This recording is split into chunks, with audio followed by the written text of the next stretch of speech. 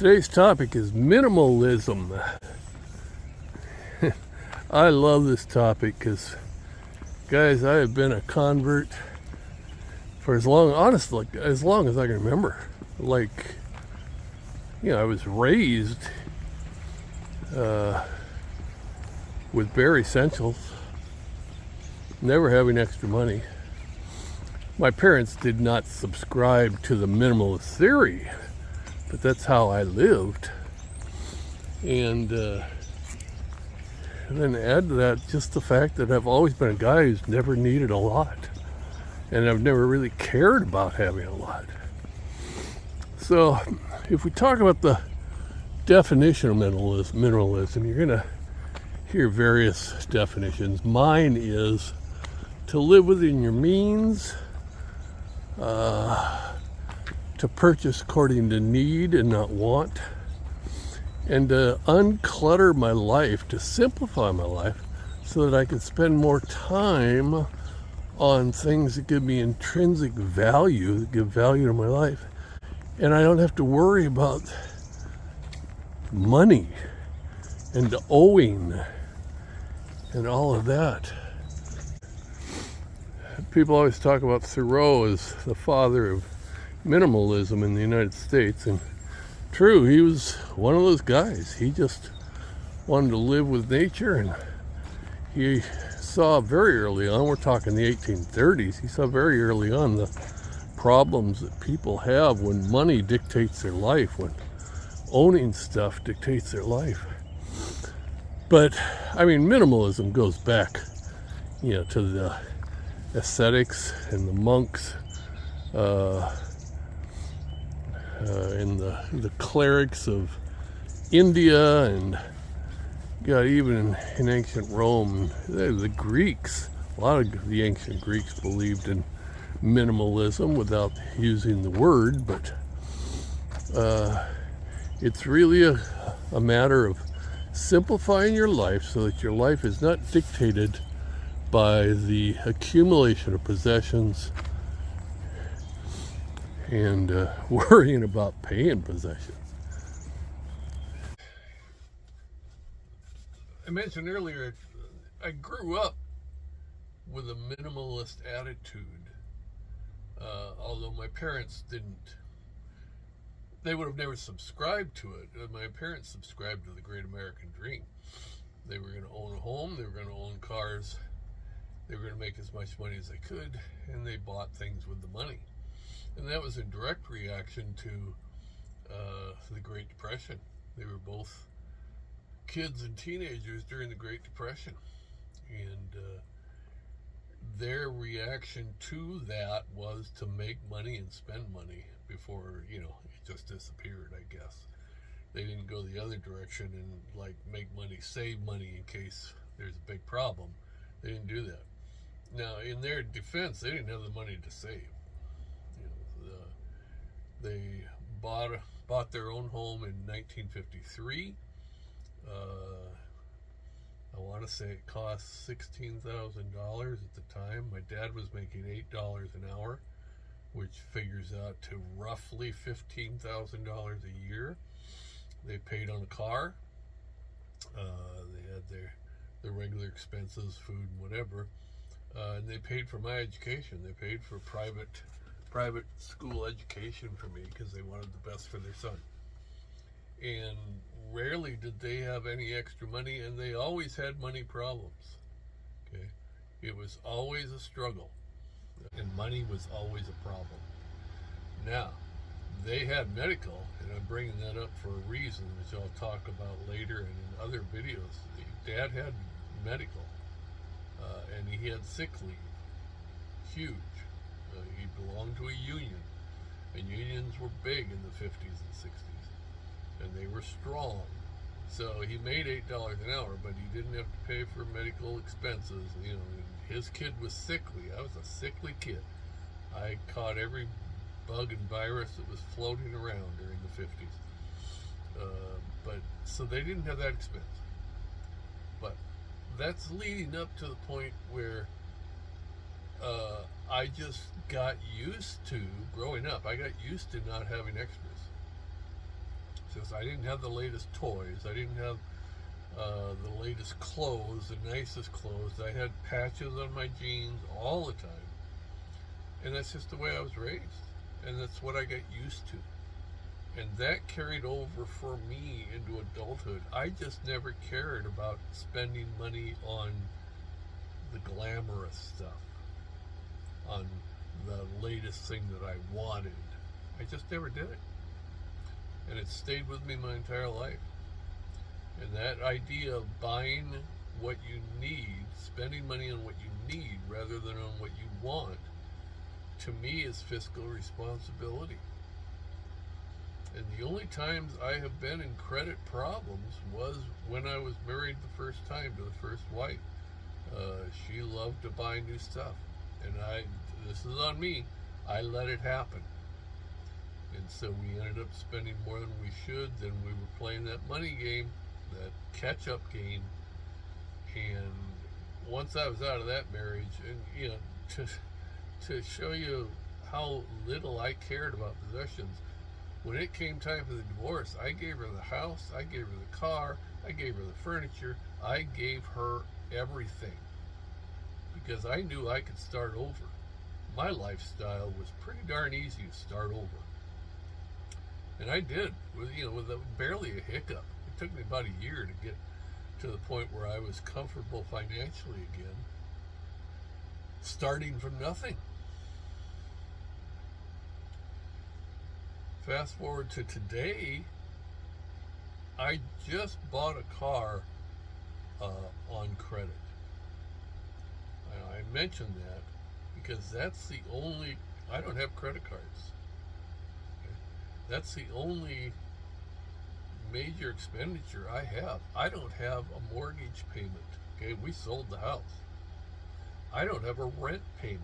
I'm parked on a friend's property. I don't pay utilities. Okay, I work a few hours a week on the farm to pay for the utilities. I have medical. I don't have medical payments. My only credit payment's $400 a month.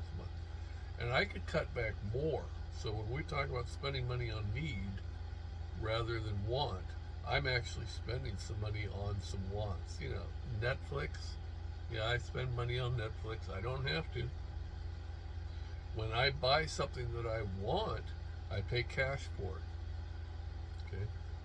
I am not getting into the credit card game. I'm not buying crap, in my opinion, just because I want it. That to me is fiscal responsibility for me. Okay, this doesn't mean that you can't buy a house. It doesn't mean that you can't buy a car. It doesn't mean that you can't buy new clothes. It just means you should only buy those if you can afford them. And affording doesn't mean signing a 30-year mortgage that really straps you for cash every month. Because like 40% of Americans, or is it 60%, I'm not sure, but it's a huge figure. You will live paycheck to paycheck, and you are one emergency away from losing everything. Is that fiscal responsibility? I'm telling you guys, something's got to give. This idea that the American dream is dead. Can we get over this? If you're raising your kids to believe in the American dream, this fantasy that you can be anything you want to be, that America is a land of riches, drive them through Detroit sometime and let them see their land of riches. Drive them through Memphis, Tennessee. And don't for a second think that everybody that's on the street is because of mental illness or alcoholism or drug addiction. That is not true. Every year the numbers are growing exponentially of number of people who have gotten themselves into spending trouble, lost their homes, and they have nowhere else to live. And it's because they've overspent. And they've strapped themselves into the credit game. We live with this fantasy that if you have kids, they need to go to college, that you need to put yourself in financial jeopardy to pay for them to go to college. I think it's ridiculous. Your kids have a better chance of making a good living as an electrician than they do coming out of college with a BA in business administration. We live with this fantasy that we need to buy a home. You don't need to buy a home. And you don't need to pay $2,500 for monthly rent for an apartment. But you have to make some tough choices. I live in a bus. Okay? I know a lot of people who live in vans, who live in RVs. They're happy. But you have to change your way of thinking. If you're growing up and your parents are constantly saying, you got to work hard so that you can own a house, that's a 30-year mortgage with a mortgage payment of what? $1,500, $2,000 a month? More? $3,000 a month? $4,000 a month? Now what happens when you lose your job and that job isn't replaced by an equally paying job? You lose your job, and then the only job you can get pays half of what you got before. Now what are you going to do with that $4,000 mortgage? Minimalism, what you need, not what you want. I own 7 shirts, excuse me. I own 7 pairs of socks. I'm going to get to it in a second. I own 7 pair of underwear, and I own 3 coats and 2 pairs of pants. Why 777? Because that way I can do laundry once a week. I'm dead serious. That's how I purchased that stuff. Okay? The 3 coats is an extravagance, but I didn't buy any of them on credit. I paid cash. And they'll last me a long time because I'm not hard on clothes. And the 2 pair of pants, I wear one so I can wash one. And then I wash the other one and I wear it. And I don't know why. If your spending is getting you to the point where you're stressed over money every month, then tell me why you're still buying crap that you don't need. That's minimalism, guys. I don't live with stress. I don't have stress. I don't have money stress. I don't worry over what I'm going to spend my money on next month and what I can't spend my money. None of that. None of it. And in fact, I make decisions right now. I've got more client work on content writing than I want to do.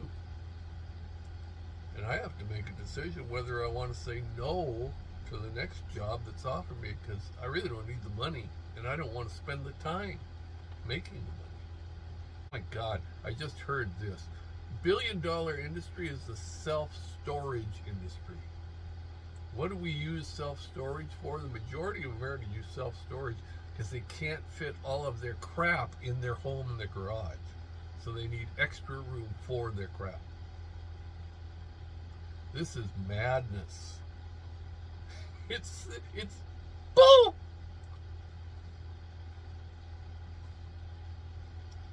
All right, I've said my piece. I'm going to talk about some real hard stuff in the next video about spending and what we think we need. Because, guys, we've got some problems coming down the road in this country. Not we, because I don't. But a lot of Americans are going to be hurting in about 5 years, and I bet my money, I bet it all that it's going to happen. Got to get this under control. You're fighting a losing game.